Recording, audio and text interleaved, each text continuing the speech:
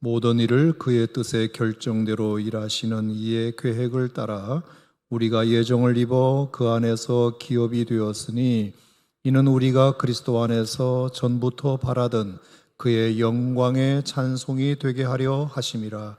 그 안에서 너희도 진리의 말씀 곧 너희의 구원의 복음을 듣고 그 안에서 또한 믿어 약속의 성령으로 인치심을 받았으니 이는 우리 기업의 보증이 되사 그 얻으신 것을 속량하시고 그의 영광을 찬송하게 하려 하심이라.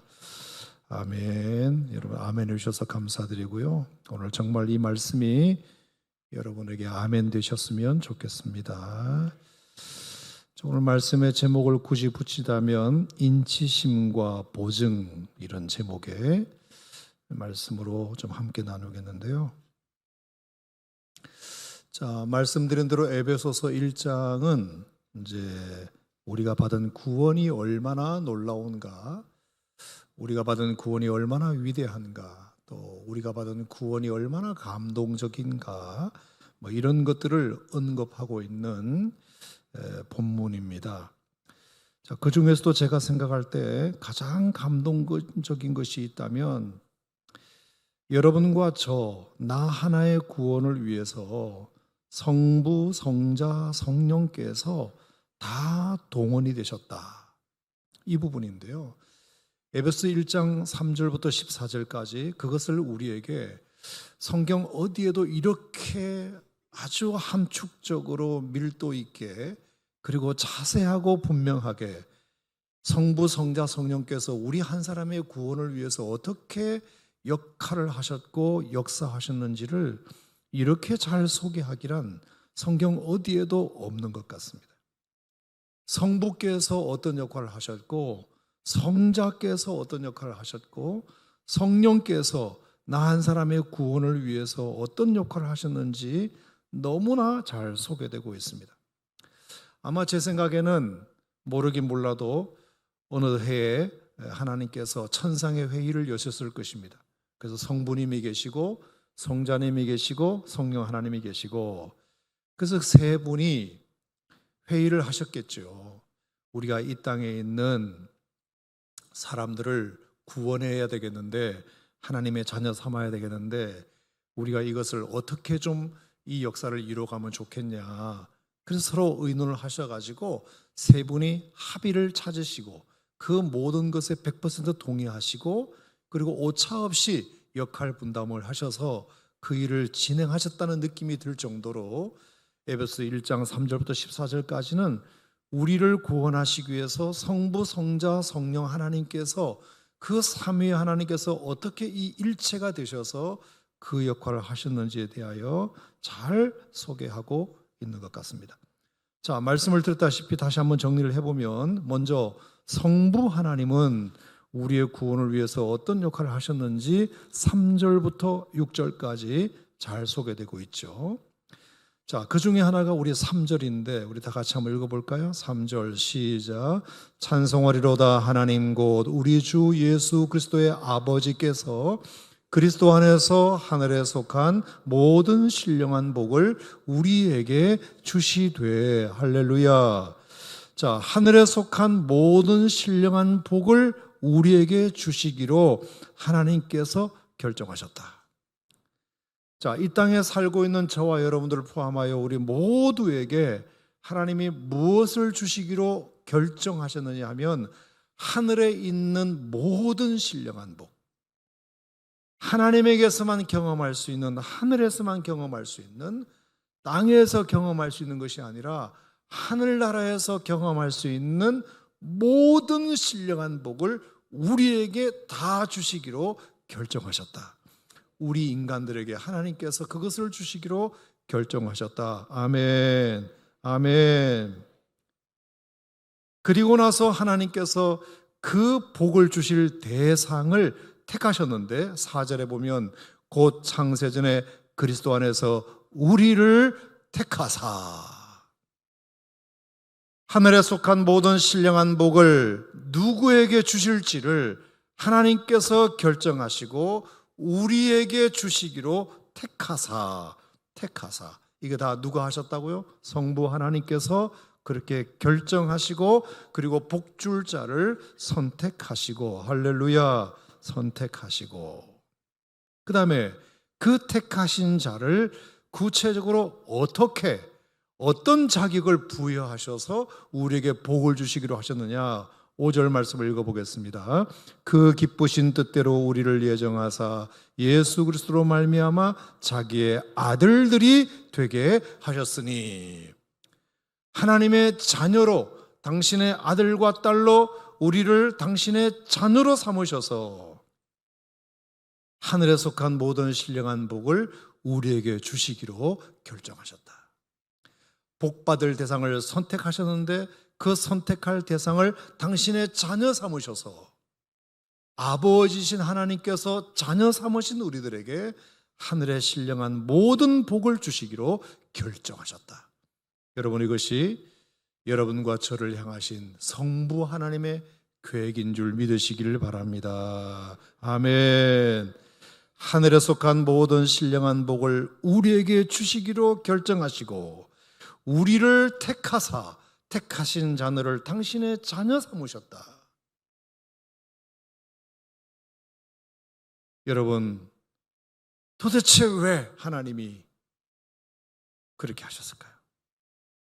우리가 무엇을 잘한 것이 있어서, 우리에게 어떤 조건이 있어서, 우리가 어떤 자격이 있어서 하나님이 우리를 그렇게 일방적으로 택하시고 우리를 구원해달라고 단 한 번도 하나님 앞에 요구한 적도 없는데 하나님이 우리를 일방적으로 창세전부터 택하셔서 우리를 자녀 삼으기로 결정하시고 하늘에 속한 모든 신령한 복을 우리에게 주시기로 결정하셨을까요? 여러분, 그 이유를 3절, 4절, 5절에서 찾으신다면 여러분 딱 하나 단어를 찾을 수 있어요. 자, 그게 4절에 나와 있는 사랑 안에서라는 단어예요. 여러분이 안에서라는 말이 영어로는 in이죠. 헬라어로는 n이에요. n. 이게 in이라는 뜻인데요. 자, 이것은 사랑 안에서, 어떤 소속을 의미하는 뜻도 되죠. 사랑 안에서. 하지만 이것은 도구라는 뜻도 됩니다. 사랑으로 말미암아 이런 뜻도 돼요. 하지만 세 번째 헬라어 n의 뜻 가운데는 이유라는 뜻도 돼요. 이유. 여러분, 그럼 뭐죠? 사랑 때문에라는 뜻이 돼요. 하나님께서 저와 여러분들을 하늘의 신령한 모든 신령한 복으로 우리에게 복 주시기로 결정하시고 그 결정된 자를 당신의 자녀 삼으시고 우리를 택하셔서 우리에게 하늘의 신령한 모든 복을 주시기로 결정하신 이유는 딱 하나 이유, 사랑 때문에. 하나님이 우리를 사랑하신다는데 거기에 무슨 더한 이유가 있겠어요? 그냥 사랑 때문에. 그래서 우리가 그런 노래를 부르잖아요. 아주 먼 옛날 하늘에서는 당신을 향한 계획이 있었죠. 하나님께서 바라보시고 좋았더라고 말씀하셨죠. 이 세상 그 무엇보다 진하게 나의 손으로 창조하셨노라. 내가 너를 인하여 기뻐하노라. 내가 너를 사랑하노라.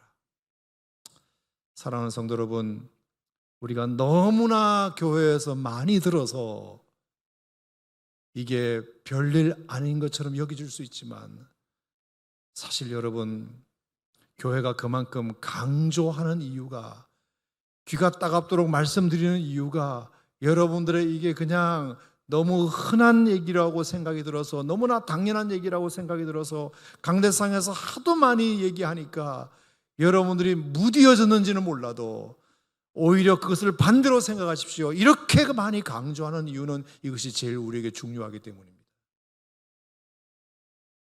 정리해 봅시다. 에베소 1장에 나와 있는 성부 하나님께서 우리를 구원하시기 위해서 당신이 하신 역할은 뭐다? 하나님께서 하늘에 속한 모든 신령한 복을 우리에게 복 주시기로 결정하시고 복줄 자를 선택하시고 그 선택한 자를 당신의 자녀 삼으셨는데 그 이유는 오직 사랑 때문이다. 여러분, 이것이 3절부터 5절까지 나와 있는 성부 하나님께서 우리에게 구원을 주기 위하여 하신 일입니다. 믿으시면 아멘. 그래서 6절에 뭐라 그랬죠? 이는 그가 사랑하신 자라서 우리에게 거저 주시는 바 그의 은혜의 영광을 찬송하게 하려는 것이라. 여러분, 성부 하나님의 이 기가 막힌 예정과 선택과 축복만으로도 우리는 그의 은혜의 영광을 날마다 찬송해도 모자람이 없는 줄로 믿습니다. 아멘. 그렇다면 성자 예수님은 우리를 구원하시기 위해서 그러면 뭘 하셨느냐? 그게 7절 말씀이죠. 7절 시작. 우리는 그리스도 안에서 그의 은혜의 풍성함을 따라 그의 피로 말미암아 속량 곧 죄사함을 받았느니라. 아멘입니까, 여러분? 자, 예수님께서 그러면 예수님은 그 구원 계획을 구체적으로 실행하신 분이시잖아요. 어떻게 해요? 우리를 속량하심으로. 속량. 그분의 뭐로 말미암아? 피로 말미암아. 우리를 위하여 그분의 피를 다 쏟으심으로 말미암아 우리를 속량. 속량이라는 말은 갚았다는 뜻이거든요. 테텔레스타이 하셨다. 당신의 피를 흘리심으로 말미암아 피 흘림이 없이는 죄 사함이 없는데 우리가 흘려야 할 피를 예수님 당신이 대신 피를 흘리심으로 말미암아 우리가 그 어떤 방법으로도 받을 수 없는 죄 사함을 주님이 우리에게 경험하게 하셨다. 벌을 대신 받으셨다. 우리 죄를 갚아 주셨다. 이것이 성자 예수님이 하신 일이죠. 믿습니까, 여러분? 그리스도의 십자가의 공로로 말미암아 우리가 그렇게 대속을 받았다. 그러므로 예수께서 우리를 위하여 십자가에 죽으신 것은 절대로 우발적인 사건이 아니다. 그 예수님 당시에 예수님을 모함했던 사람들에 의해서 그냥 갑자기 군중들이 폭도로 변해가지고 예수를 십자가에 못 박으라고 하는 바람에 예수가 어떻게 우발적으로 예수가 십자가에 죽은 것이 아니고 빌라도가 바라바와 예수를 견주면서 바라바를 놓아주랴 예수를 놓아주랴 이렇게 견주다가 사람들이 그냥 열받아가지고 바라바를 풀어주고 예수를 십자가에 못 박으라는 그 군중들의 함성 때문에 예수가 갑자기 죽은 것이 아니라 예수님의 구원 계획의 실행은 창세전부터 하나님께서 우리를 당신의 아들로 삼으시기 위하여 예수님과 벌써 천상회에서 다 작전이 짜져 있고 하나님께서 계획하시고 그 계획을 실행하신 것의 결과가 예수께서 우리를 위하여 십자가에 피 흘려 죽으신 그 사건이라는 것입니다. 여러분, 그것을 우리가 어떻게 알 수 있죠? 구약 성경에 보면 예수님께서 그렇게 하시기로 결정되었다는 사실이 벌써 예수님이 십자가에 달리시기 전 600년 전, 700년 전에도 예언이 되어 있으니까. 여러분, 그 비근한 예가 이사야 53장 말씀이잖아요. 그가 찔림은 우리의 허물 때문이요 그가 상함은 우리의 죄악 때문이라. 아멘. 그가 징계를 받음으로 우리가 평화를 누리고 그가 채찍에 맞음으로 우리가 나음을 입었도다. 우리는 다 양 같아서 그릇 행하여 각기 제 길로 갔지만 여호와께서는 그 무리의 죄악을 그에게 담당시키셨노라. 여러분, 이것이 이사야의 예언인데 이사야는 예수님이 태어나시기도 전 600년 전 700년 전의 사람이란 말입니다. 어떻게 그러므로 예수님의 십자가가 우발적인 사건입니까? 적어도 700년 전에 계획이 되어 있었지. 700년 전뿐입니까? 창세기 3장에 보면 아담과 하와가 범죄하여 무화과나무로 자신의 옷을 자기의 몸을 가렸을 때 하나님께서 어린 양을 잡아가지고 가죽옷을 지어 입히실 때부터 벌써 하나님께서는 예수 그리스도의 피공로로 말미암아 우리의 죄를 덮으시기로 그때부터 계획하신 줄로 믿습니다. 그러므로 이것은 수천 년, 수만 년 전부터 하나님은 다 계획하셨다.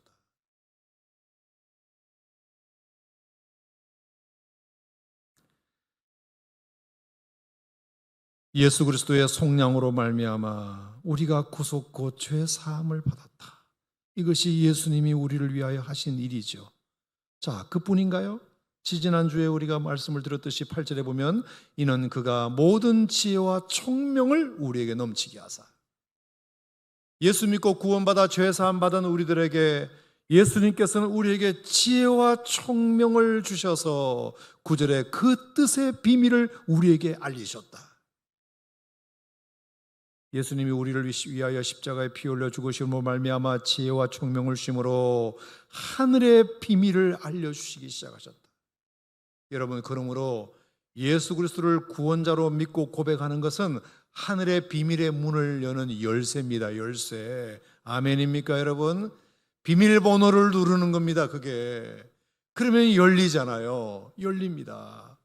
그래서 우리가 하늘의 비밀을 알게 되고 하나님께서 하시는 일을 보게 되고 그 말씀이 들리게 되고 그 하나님의 역사가 보이게 되고 그것을 경험하게 되고.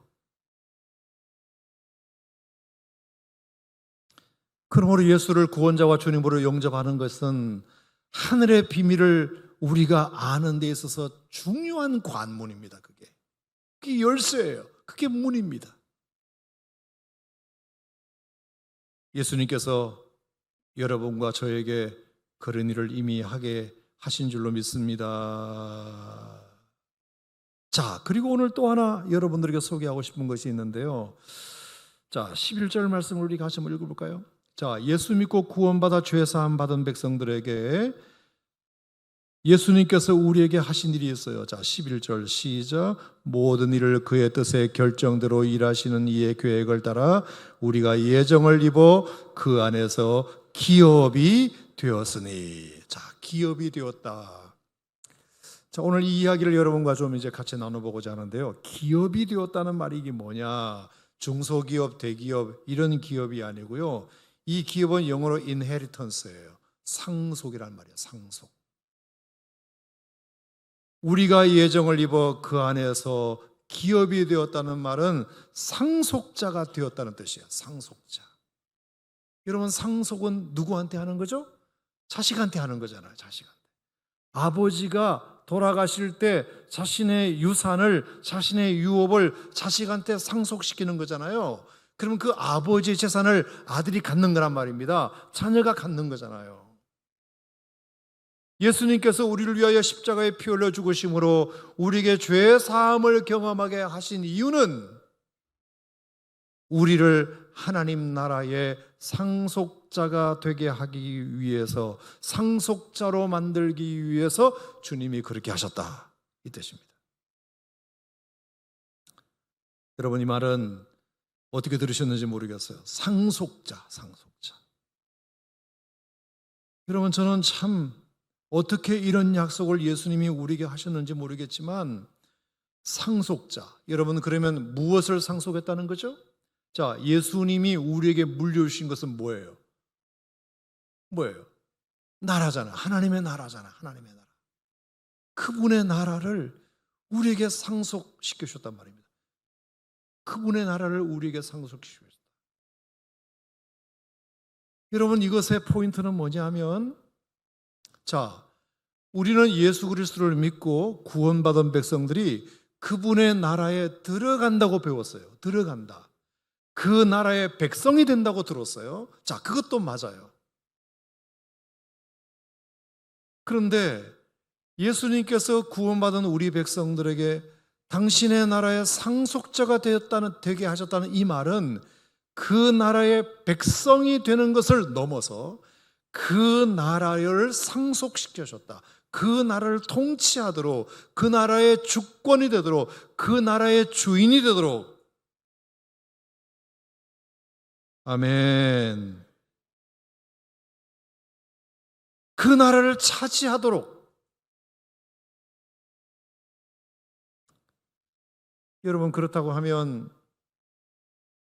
예수님께서 십자가에서 달려 돌아가실 때 한편 강도가 예수님에게 그런 부탁을 했죠. 당신의 나라에 임하실 때에 나를 기억해 주세요.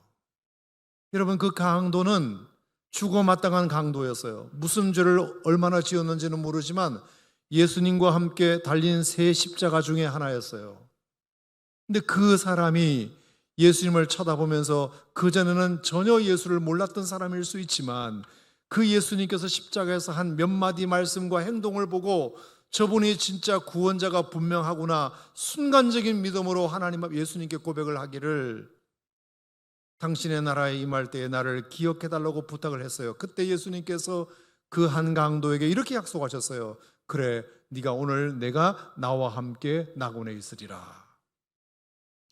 여러분, 저도 이 말씀을 이렇게 생각했습니다. 그래, 예수님께서 이제 그 강도를 데리고 천국에 입성한다는 뜻이구나. 맞아요. 근데 오늘 이 말씀을 비춰보면 천국에 입성하는 정도의 수준이 아니라 너에게 천국을 너의 나라로 주겠다, 그 나라에 소속되게 하겠다는 뜻을 넘어서 그 나라를 너에게 주겠다, 그런 뜻이잖아요. 아멘이 없을 줄 알았어요. 왜냐하면 이게 지금 감이 안 와서 그래요. 감이 안 와서.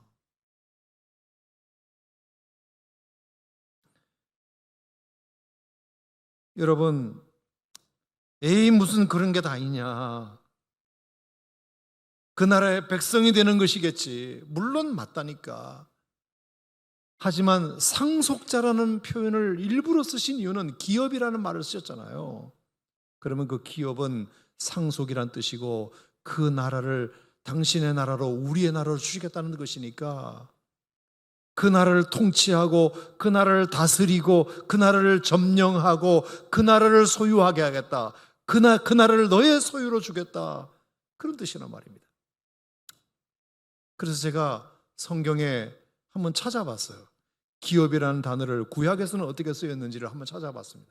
찾아보니까 성경에 정말로 우리가 믿어도 될 만한 근거 있는 말씀이 거기 있었는데, 자, 여러분과 제가 한번 찾아보기를 바랍니다. 자, 창세기 17장 8절을 우리 한번 찾아보겠습니다. 창세기 17장 8절에 보면, 자, 하나님께서 아브라함에게 어떤 약속을 하셨거든요. 자, 창세기 17장.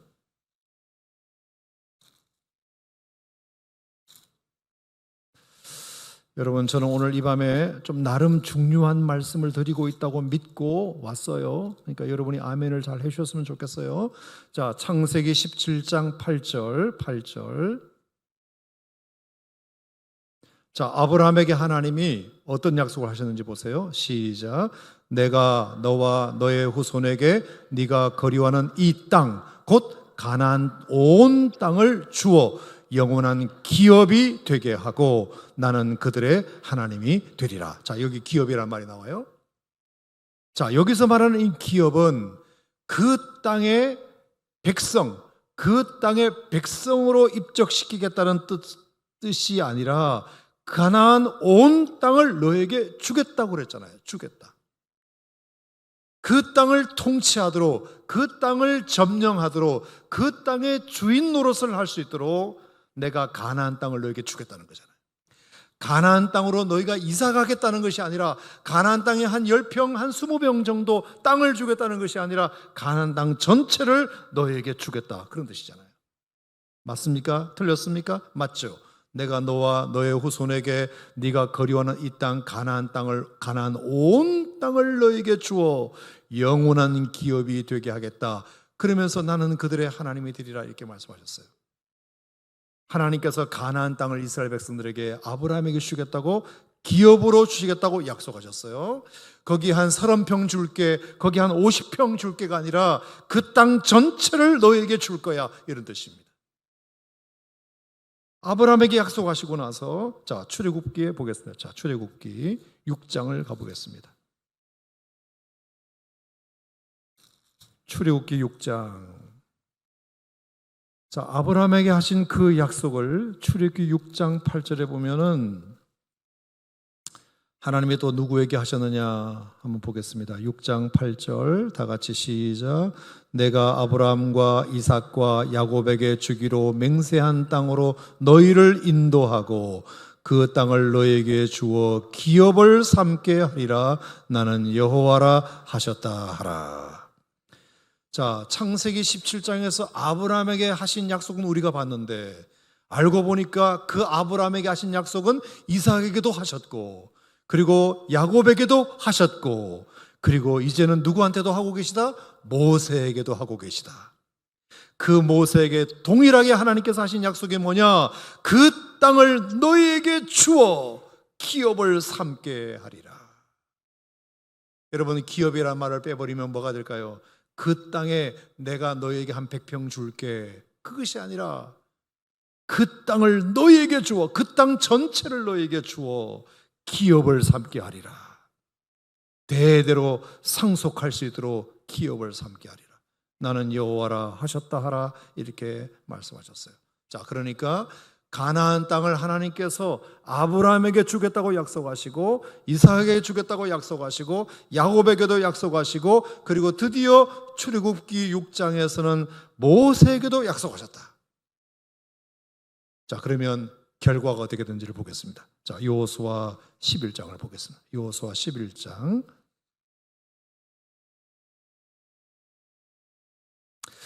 자, 여호수아 11장을 보시면 11장 23절.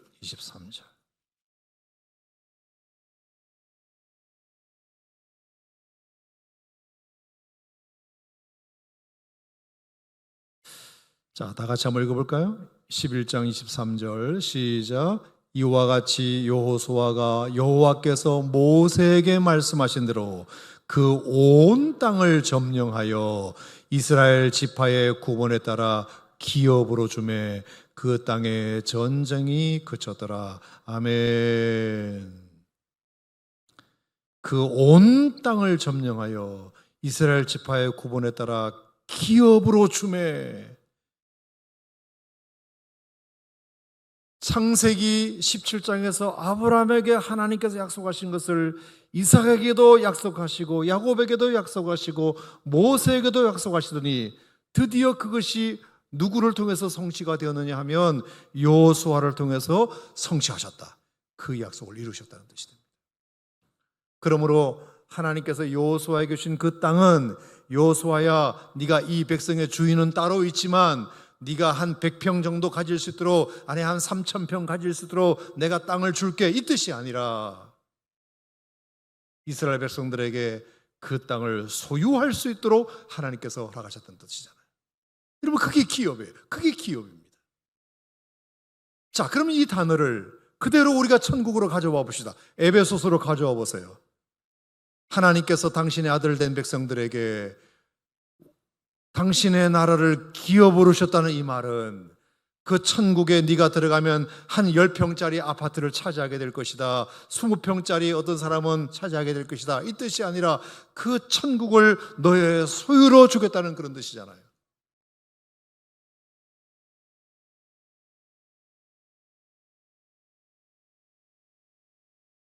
사랑하는 성도 여러분, 이것은 우리가 받은 구원이 너무나 커서, 그리고 우리가 평생 살아도 이런 여러분에게 절대로 없을 것이기 때문에 아무리 설명해도 이해가 안 되는 것이 당연하지만 믿음으로 받으시면 하나님께서 여러분들에게 이해되게 하실 줄로 믿습니다. 믿음으로 받으시기 바랍니다. 아하, 여러분, 아브라함도 그렇게까지 생각을 못했을 거예요. 그냥 몇 평 주시긴다는 뜻이겠지. 이삭에게 약속할 때도 그래 뭐 몇 평 주시겠다는 뜻이겠지. 야곱에게 약속할 때도 그래 몇 평 주시겠다는 뜻이겠지. 하지만 결국은 하나님께서 그 약속을 기업이 되게 하겠다, 기업이 되게 하겠다, 기업이 되게 하겠다, 그 약속을 결국 여호수아를 통해서 이루셨잖아요. 그래서 그 가나안 땅을 하나님이 다 점령하게 하시고 그들의 소유로 삼게 하셨잖아요.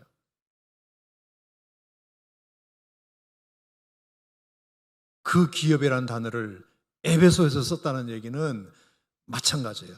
여러분들이 이 다음에 천국 가면 천국에서 한 10평짜리 아파트를 분양받는 정도가 아니라 천국을 하나님께서 여러분의 나라로 주실 줄로 믿습니다.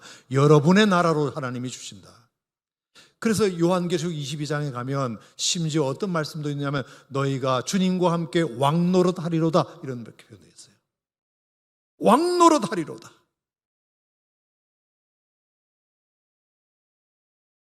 그래서 옛날에 주일학교 다닐 때 난 왕왕왕왕 많은 나는 왕자다, 주님 나라에 나는 왕자다, 여러분 그때 그런 노래 부를 때 그게 무슨 뜻인지 몰랐죠.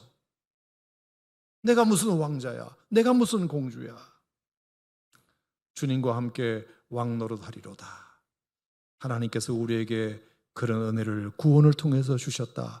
그래서 여러분 구원이 왜 우리에게 크고 놀라운지를 자꾸 설명드리는 이유는, 구원은 정말 파면 팔수록, 묵상하면 묵상할수록, 새기면 새길수록 그 구원의 범위, 그 구원의 크기, 그 구원의 넓이, 그 구원의 은혜가 상상을 초월한다는 뜻입니다.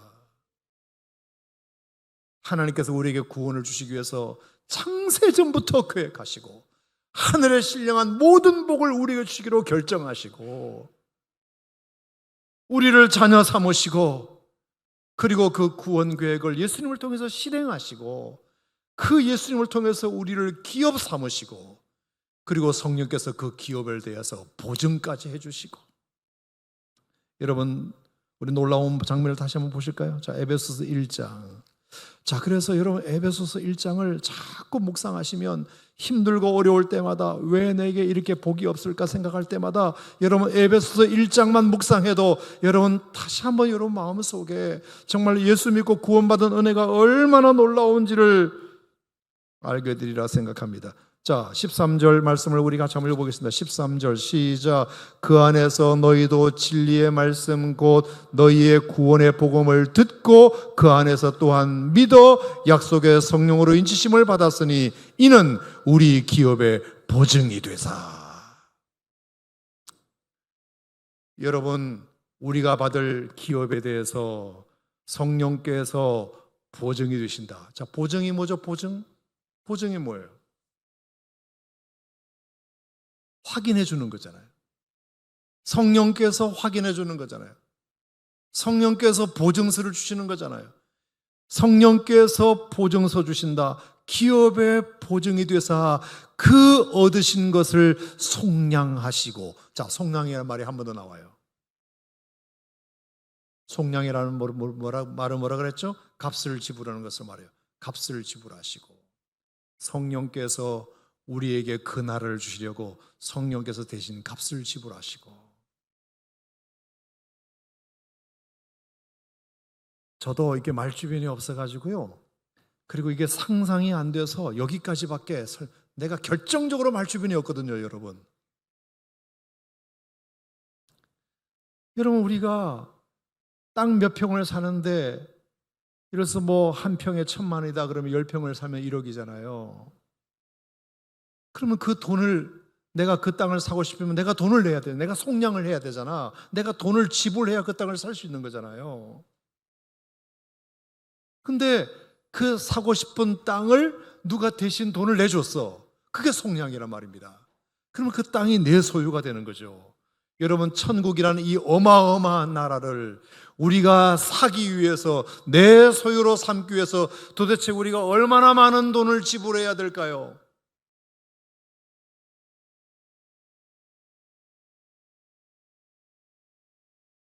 근데 성령께서 우리 기업의 보증이 되사 그 얻으신 것을 대신 속량하시고, 대신 돈을 내주시고, 대신 갚아주셔서 하나님께서 그 천국을, 그 나라를, 하나님의 나라를 우리의 소유로 삼으실 수 있도록 하나님께서 보증서까지 주셨다. 돈은 내가 냈으니까 이제 땅 증서를 내가 너에게 줄게. 봐, 누구 이름으로 돼 있지? 네 이름으로 돼 있잖아. 여러분 그 뜻이에요. 우리 기업의 보증이 되사 그 얻으신 것을 속량하시고.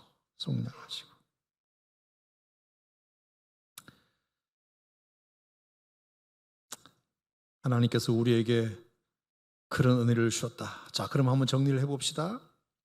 에베소 1장 3절부터 14절까지 이 말씀은 우리 한 사람을 구원하실 계획을 하나님이 세우시고 하늘에 식한 모든 신령한 복으로 우리에게 복 주시기로 결정하시고, 그리고 우리를 창세전부터 하나님께서 택하셔서, 그리고 택하신 자들을 당신의 자녀로 삼으시고, 그 이유는 아무것도 없고 그냥 우리를 사랑하셨기 때문에, 사랑하셨기 때문에 하나님께서 우리를 그렇게 계획하시고, 그리고 그 사랑의 구체적인 실행 계획을 누구를 통해서 이루셨느냐?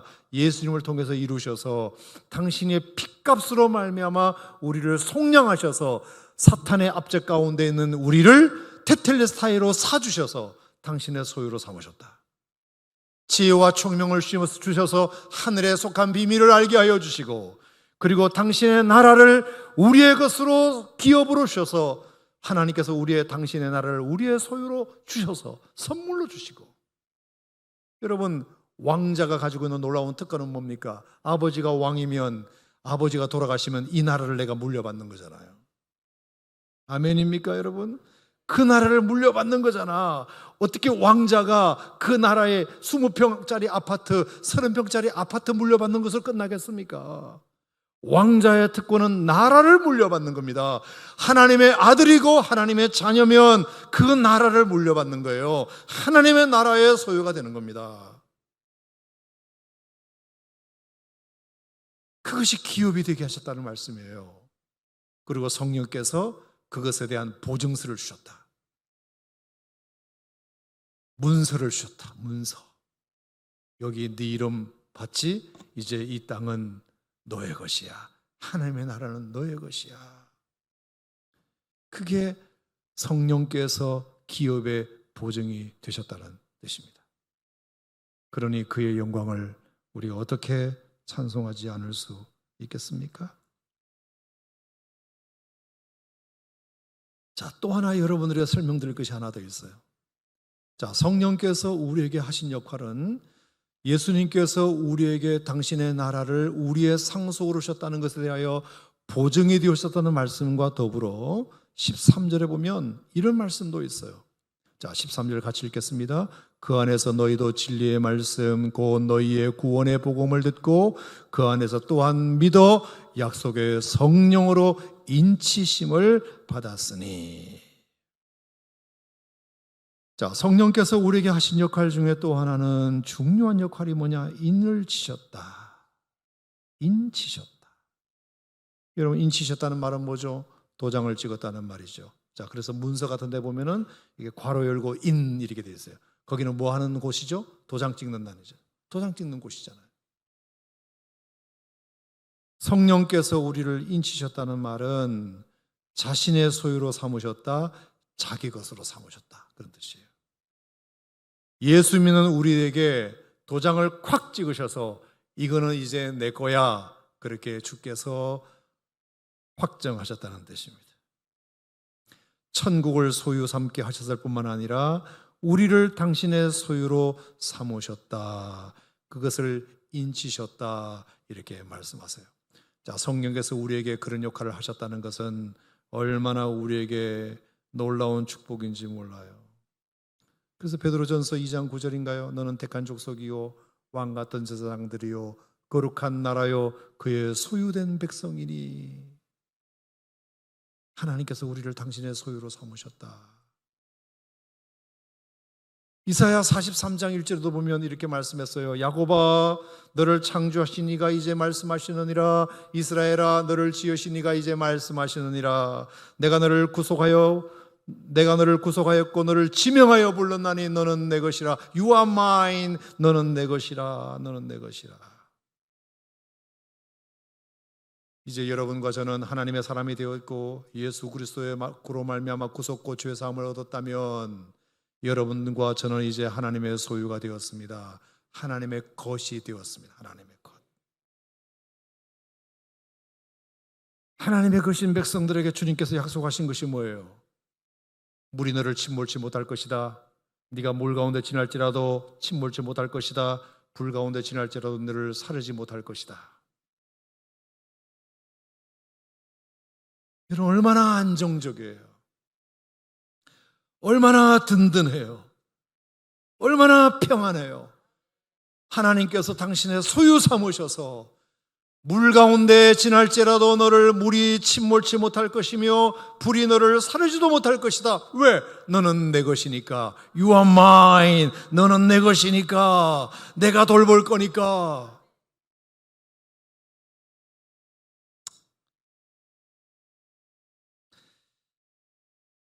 여러분, 그래서 저는 신명기 8장에 보면 성경에 참 재미있는 표현이 있는데, 이스라엘 백성들이 출애굽 40년을 걸었던 것을 한 단어로, 한 문장으로 어떻게 요약을 했느냐 하면은, 이 40년 동안에 너의 의복에 헤어지지 아니하고 내 발이 부르트지 않았다는 말이 있잖아요. 여러분, 40년 동안 이스라엘 백성들은 아스팔트 위를 걸은 것도 아니고 양탄자를 걸은 것이 아니에요. 광야를 걸었단 말입니다. 때로는 바다를 걷기도 했어요. 때로는 물을 건너기도 했어요. 정말로 모진 바람이 불어치는 그 광야를 걸었는데 어떻게 의복이 하나 헤어지지 아니하고 발이 부르트지 않을 수 있어요? 근데 출애굽기 19장 4절에 그 비밀이 있죠. 하나님께서 뭐라 그러셨죠? 너희를 독수리 날개로 내가 너희를 업어, 그런 표현, 업었다. 하나님 당신이 우리를, 이스라엘 백성들을 업으셨기 때문이다. 하나님이 우리를 업으셨기 때문에 의복에 헤어질 리도 없고 발이 부러질 리도 없고. 여러분, 이것이 당신의 소유 삼으신 백성들이 누리는 혜택인 줄 믿습니다. 그게 혜택이에요. 그게 혜택입니다. 저는 그래서 기독교를 믿는 이 믿음은 절대로 추상적이거나 아주 그냥 이게 어떤 그 사상을 믿는 것이거나 어떤 철학을 믿는 것이거나 어떤 이즘을 믿는 것이 아니에요. 여러분, 불교를 영어로 뭐라 그래요? 부디즘이라고 그러죠. 부디즘이잖아요. 이슬람교를 뭐라 그래요? 이슬라미즘. 카톨릭교를 뭐라 그래요? 캐톨릭시즘이라고 그래요. 캐톨릭시즘. 다 이즘이 붙어요. 이즘. 기독교는 영어로 뭐예요? 크리스티아니즘 이렇게 하나요? 그런 단어는 없어요. 기독교는 크리스티애니티예요. 크리스티애니티. 여러분, 크리스티애니티를 영어 단어를 분석해 보면 세 토막으로 나눌 수 있어요. 첫 번째, 크라이스트, 예수님이란 뜻이죠. CHRIST. 그 다음에 그 가운데 붙는 게 뭐예요? IAN이 있어요. IAN. 그래서 크리스찬이라고 그래요. 크리스찬. 여러분이 IAN이라는 영어 전미사는 관계자, 그러죠. 관계자. 크라이스트에다가 IAN을 붙이면 그리스도와 관계 있는 사람이라는 뜻이에요. 그게 크리스찬이에요. 아멘. 여러분, 우리가 예수님과 크리스찬으로서 어떤 관계가 있나요? 그분이 우리에게 생명을 주신 관계가 있죠. 아멘입니까? 그분이 우리에게 생명을 주셨잖아요. 우리가 부모님과 어떤 관계가 있나요? 부모님 우리에게 생명을 주신 관계잖아요. 생명을 주신 관계잖아요.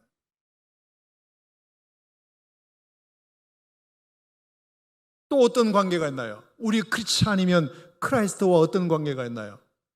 그분의 성품과 관계가 있어요. 예수님의 성품을 우리가 닮았어요. 그래서 크리스찬은 예수님의 성품을 닮은 사람을 크리스찬이라고 말해요. 아멘입니까, 여러분? 그래서 내가 어디 가서 크리스찬이라고 말하려면 내가 예수님의 성품을 닮았다는 것을 항상 전제해야 돼요. 예수님의 생명을 받았다는 것을 전제하는 것이고, 교회를 나가는 게 아니라 예수님의 생명을 부여받은 사람을 크리스찬이라고 말하고 예수님의 성품을 부여받은 사람을 크리스찬이라고 말해요. 하나님의 꿈이 나의 비전이 되고 예수님의 성품이 나의 인격이 되고, 그리고 예수님의 비전을 품은 사람, 예수님의 꿈, 예수님의 비전, 그것이 나와 관계가 있어야 되죠. 예수님은 이런 꿈을 꾸고 계신데 나는 다른 꿈을 꾸고 있다면 예수님과 관계자가 아니에요. 그건 IAN을 붙일 수가 없어요. 적어도 우리가 크리스찬이 되려면 크라이스트와 생명을 받은 자가 돼요. 예수님의 생명을 받은 자, 예수님의 성품을 닮은 자, 예수님의 비전을 품은 사람을 크리스찬이라고 말하는 것입니다. 그러면 거기에 ITY가 또 붙어요. 크리스티애니티가 붙어요. 여러분이 ITY라는 영어 전미사는 특성이라는 뜻을 가지고 있어요. 특성.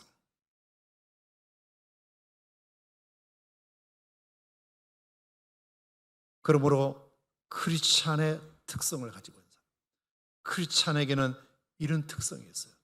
예수 생명을 받고 예수님의 성품을 부여받고 예수님의 비전을 품은 사람에게는 나타나는 특성이 있어요. 특성이.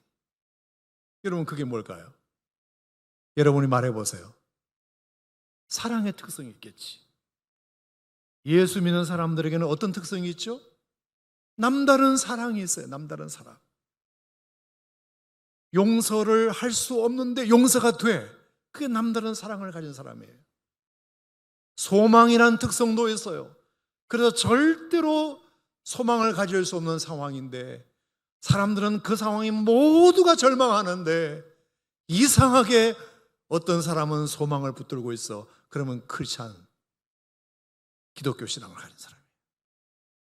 사람들은 불안에 떨고 있는데 이상하게 마음이 평안해. 그러면 크리스찬의 특성을 가진 사람이에요.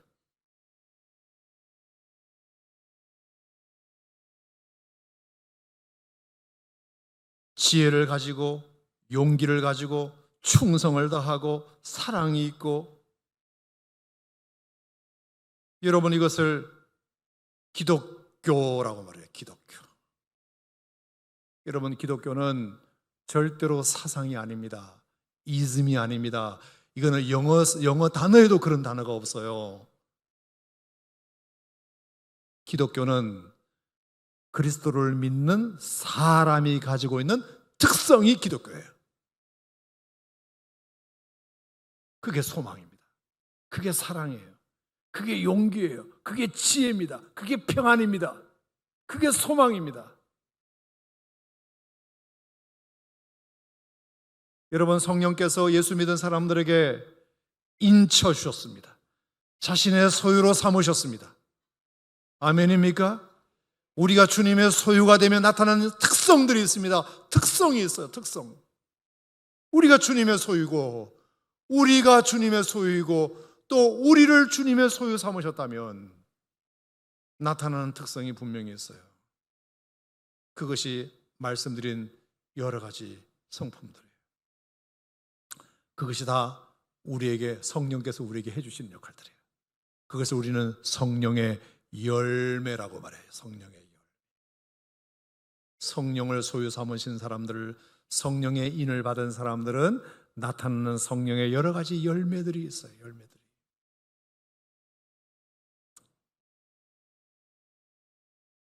그러므로 우리가 이런 것들을 우리 마음속에 간직하고 소유한다면 주님이 우리 안에 거하시고 우리가 주님 안에 거하시고, 요한계시록 3장 20절에 있는 것처럼 예수님께서 문 두드려 문을 열라고 말씀하시고, 내가 문을 열면 내가 그에게로 들어가 그는 나와 더불어 먹고 그는 나와 더불어 먹으리라. 나는 그와 더불어 먹고 그는 나와 더불어 먹으리라.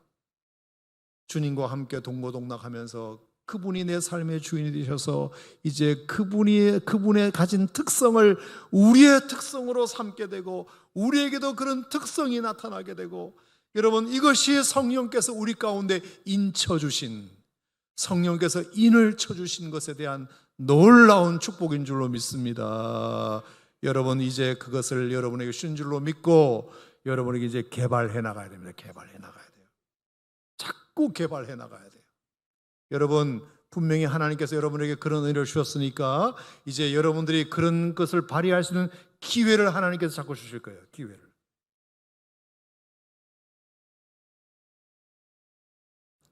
기회를 주실 겁니다. 사랑이라는 성품을 여러분이 받으셨기 때문에 그 사랑이라는 것을 받으셨으니까 사랑을 실천할 수 있는 기회를 하나님이 주실 거예요. 그러면 그 기회가 왔다고 생각하고 여러분 안에 있는 그 성품을 한번, 특성을 발휘해 보세요. 그러면 하나님께서 도와주실 겁니다. 절대로 절망할 수밖에 없는 상황이 왔을 때 여러분 안에 주께서 주시는 소망이라는 특성이 있으니까 이미 그런 캐릭터가 여러분에게 있는 줄 믿으시고 그 소망을 발휘할 수 있는 기회를 포착하시고 그 기회를 활용해 보세요. 그럼 하나님께서 분명히 그 소망이 여러분 가운데 풍성하게 자리하게 되리라 믿습니다. 용기도 마찬가지고 평안도 마찬가지고 기쁨도 마찬가지고 지혜도 마찬가지예요.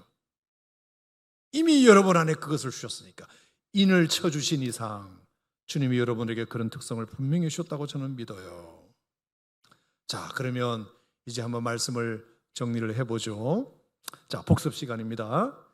자, 에베소 1장 3절부터 14절까지 주께서 우리에게 구원이라는 선물을 주실 때 도대체 이 구원의 이 영역이, 구원의 특성이, 구원의 크기가, 구원의 넓이가 얼마나 놀랍고 위대하고 장엄하냐. 하나님께서, 성부 하나님께서 우리를 구원하시기 위해서 하늘의 모든 신령한 복으로 우리의 복 주시기로 결정하시고, 그리고 창세전에 우리를 택하셔서 택한 자들을 당신의 자녀 삼으셨는데 그것은 전적인 사랑 때문에, 아멘, 사랑 때문에 그렇게 하셨다. 그리고 그 사랑을 누구를 통해서 어떻게 보이셨다?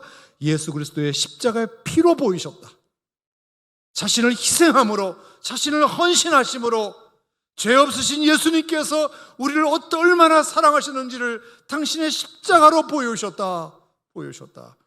그로 말미암아 우리가 갚아야 할 죄를 예수님이 대신 갚으셨다.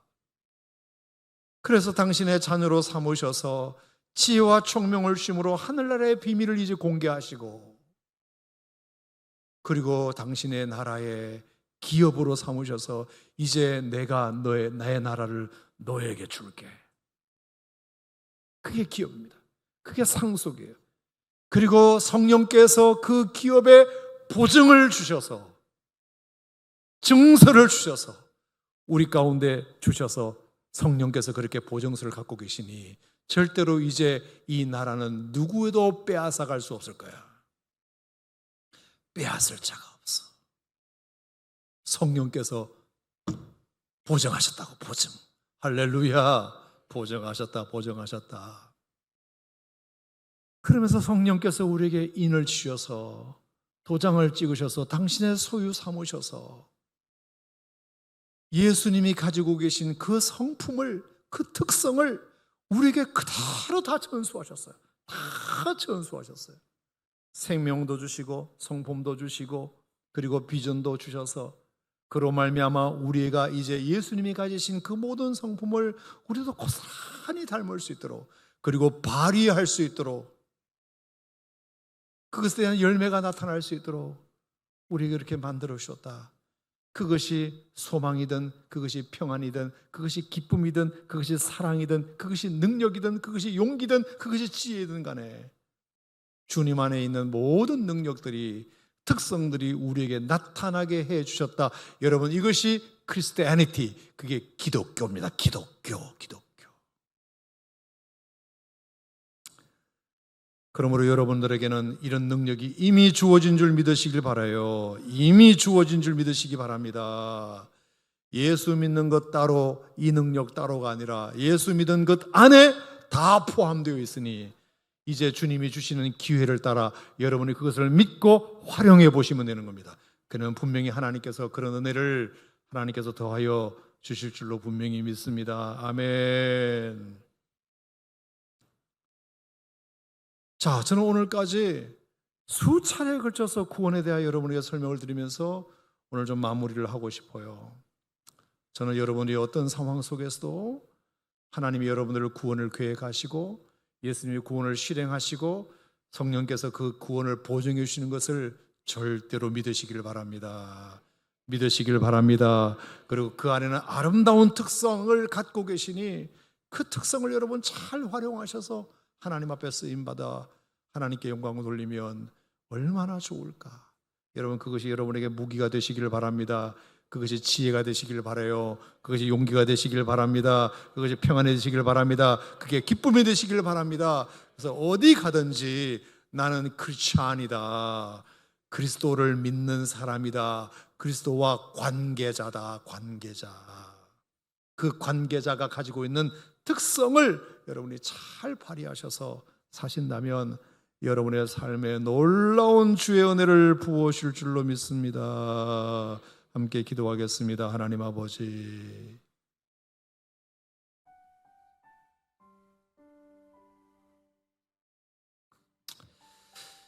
오늘 이 시간 우리가 그동안 구원에 대하여 하나님께서 하신 일, 또 예수님께서 하신 일, 오늘 성령께서 우리에게 해주신 일 묵상하면서 다시 한번 우리 마음 가운데 받았던 그 구원이 얼마나 놀랍고 장엄하고 위대하고 감동적인 것인지를 설명드렸습니다.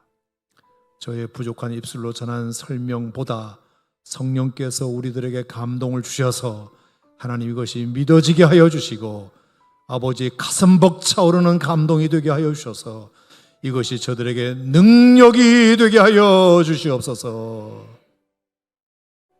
그래서 어디 가든지 당당하게 어디 가든지 주눅들지 않게 그렇게 살아가고므로 말미암아 그리스도를 믿는 특성이 나타나는 하나님의 은혜가 있게 하여 주시옵소서. 오늘 우리가 이 말씀을 마음속에 소유하고 나아갈 때 하나님 오늘 정말로 꿈에도 주님이 배우게 하여 주시고 아버지 하나님 먹지 않아도 배부르게 하여 주시고 피곤해도 피곤한 줄 모르는 독수리의 날개침이 올라간 같은 날마다 새 힘을 주시는 그런 은혜가 이 구원의 감격을 통하여 날마다 샘솟듯 일어나게 하여 주시옵소서. 아버지 하나님 이것에 더할 것도 없는 은혜, 덧붙일 것도 없는 영광, 대체할 수 없는 가치, 이것이 구원의 은혜인 줄 믿고 날마다 이 복음에 감격하며 살아가는 하나님의 백성들이 되게 하여 주시옵소서. 예수님 이름으로 기도하옵나이다. 아멘.